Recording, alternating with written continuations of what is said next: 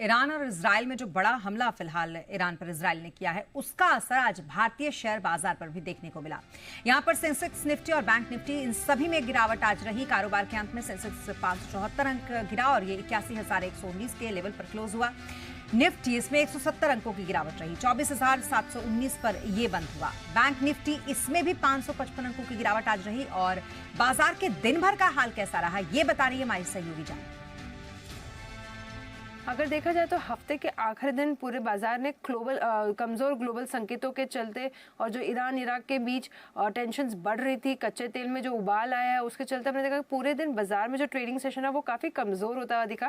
लेकिन अच्छी बात हुई कि दिन के निचले स्तरों से चाहे बैंक निफ्टी, निफ्टी हो या ब्रॉडर इंडिसीज हो, मिड कैप, स्मॉल कैप, सभी ने निचले स्तरों से एक अच्छी रिकवरी दिखाई है।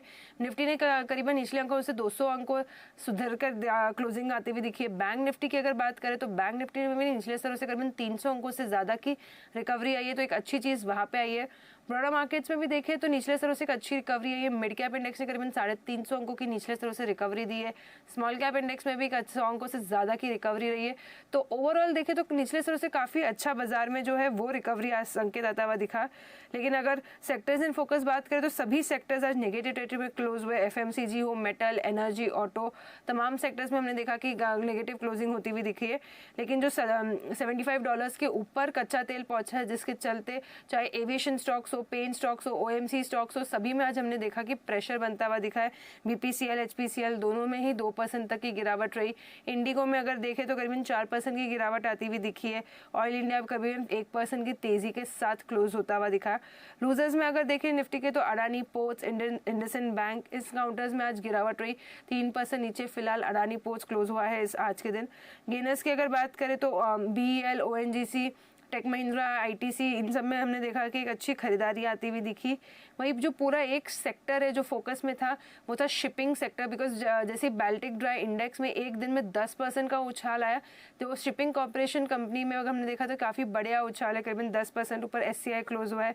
जीआरएससीजी शिपिंग में देखा जाए तो एक अच्छी क्लोजिंग आती हुई दिखी है। अगर कुछ ओवरऑल ब्रॉडर मार्केट के लूजर्स की बात करें तो टीटीएमएल करीबन 6.5% की गिरावट यहाँ पे रही। आइडा में अगर देखें तो करीबन 5% की गिरावट रही। प्रिज्म, जॉनसन, कैनरा बैंक, इन काउंटर्स में देखें तो करीबन 4% तक की गिरावट आज के दिन बनती हुई दिखी। वही गेनर्स में देखें तो जुबिलेंट इंग्रेवा 15% की तेजी आज के कमजोर बाजार में रही। और इसके पीछे जो एक बड़ी वजह है कि प्रमोटर्स ने ब्लॉक डील में इसमें कुछ हिस्सा बेचा, जिसके चलते यहाँ पर एक एक्शन था। नजारा टेक में भी अगर देखें तो करीबन 1.8% इक्विटी का सौदा हुआ है, तो वहाँ पे चलते फोकस में था।